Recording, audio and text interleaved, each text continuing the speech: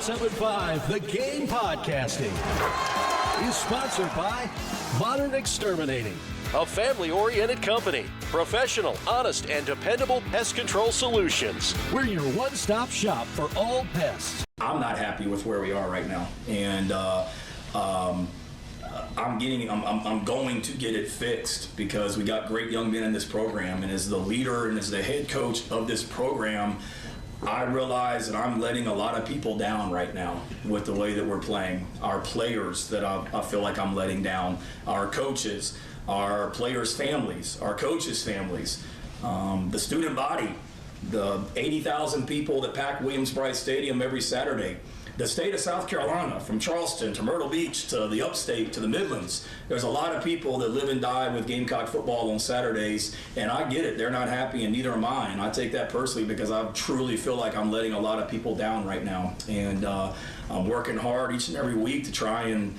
to get it fixed, making the decisions schematically, personnel-wise, staff-wise, each and every week to get it fixed. And it's a process, but we're going to get it fixed. We're not far off from where we want to be. That was a theme a couple of times, not far off from where we need to be. Again, that was Shane from the press conference earlier today. He also had an answer where he said, look, if I thought, and he kind of hinted at it there, if I thought I had to make a change, I'd make a change. I made one. And he said in so many words, I don't feel that we have to make a change with the offensive coordinator, that we know what we want to do. We know how close we are to doing it. I think fans, obviously, I don't want to throw a blanket on everybody, Terry, but it would seem majority of the fan base disagrees with Coach Beamer's take on that, and I think it's easy to understand why. If you could put your finger on one thing to fix and then say it's going to get better from there, that'd be a whole lot easier. But, is it if there were more time, and I keep coming back to it now, 6 sacks and 13 tackles for loss. Mm-hmm. You're being dominated up front.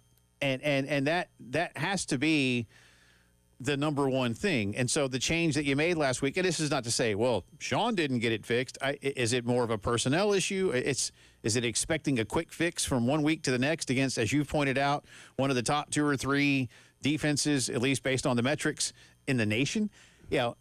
Probably unrealistic, mm-hmm. but yet at the same time, when you know that, what can you do to better influence your star player to be put in a position to be successful? Mm-hmm. Because we did not, in my opinion, and I think in the opinion of most, see that on Saturday. No. The Florida job is going to be an interesting one. I do get the sense, and I will be leaning a lot, as I think a lot of people will, on what Andy Staples is going to be saying. I think, Andy, of course, played for Florida under Steve Spurrier back in the 90s, has become one of the leading voices of college football on the national stage. He lives in Gainesville. And I know he believes, for now at least, that Lane Kiffin is going to be top of the list. Terry and I have been talking about it a lot. And it's funny because I think it was Josh Pate. I watched both yesterday, Terry. Mm-hmm. So forgive me. It was one or the other that said what Florida fans want is, the real successor to Steve Spurrier. They want a guy who is brash and wears a visor. And then there was the picture of Lane and Eli, who both in some ways have kind of said that they wear visors because of Steve Spurrier. Yep. Not that the visor matters, but anyway, it's going to be interesting. I'm certain there will be other candidates that Scott Strickland speaks with. Scott, there's a lot on his shoulders. Mm-hmm. And you do have to question as well, look, it'll be his final decision. I mean, he's the athletics director, right? Well, I say it'll be his final decision, but you talk a lot about cooks in the kitchen, and there's a lot of them at UF.